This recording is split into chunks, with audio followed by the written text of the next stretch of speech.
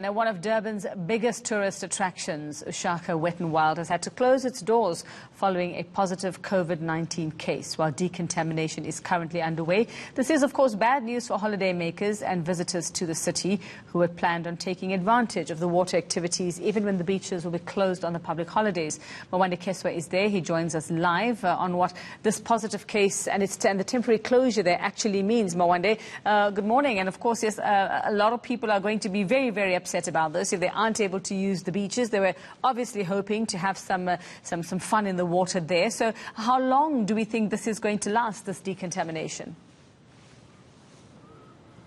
Good morning, Giveka. Well, UShaka Marine World is a tourist attraction, as you've said.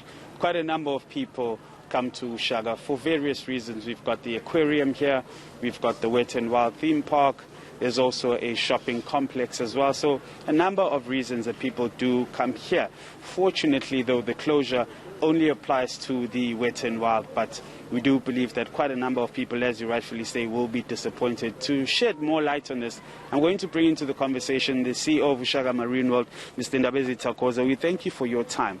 Could you please give us background and clarity on what transpired that has led to the closure of Wet and Wild? Thank you very much to you and all your listeners out there. Basically, we just want to confirm UShaka Marine is actually operational. What happened, there was a case, a positive case that was identified.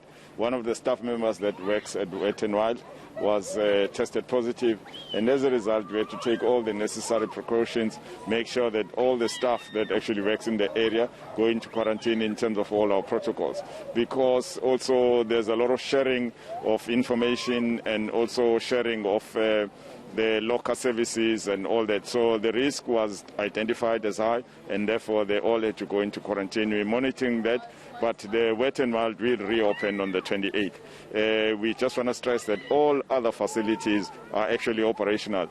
You can still watch the dolphin show. We're getting a lot of people that are actually coming in here.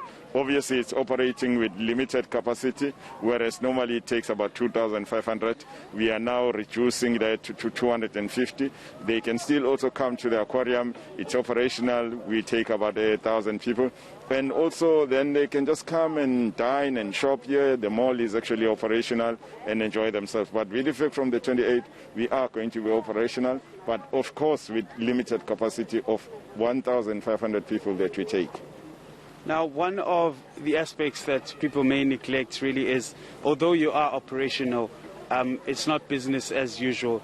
The theme park is affected as far as you say, the reduction of numbers. How has the theme park been performing and operating amidst the COVID-19 situation that we're faced with? Yes, it has actually been affected financially, as you know, that if you're operating way below your capacity in terms of complying, then we have some issues because we carry big capacity. So the regulations give our capacity up to 250. Prior to that, we were working on 500, and obviously that reduces our potential revenue and also the numbers of people that we're able to bring here.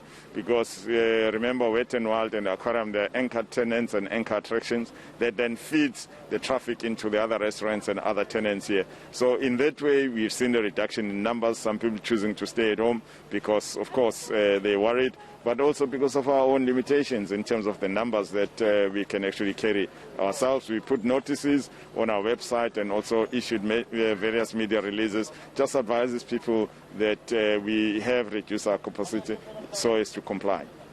Thank you very much there for your clarity and your time. We have been speaking to the CEO of UShaka Marine World, Mr. Takoza. Mawande, thanks so much. So lots of people want to be kept updated on that one. It's probably all the fun they're going to be able to have in Durban if they can't get to the beaches. Well, let's take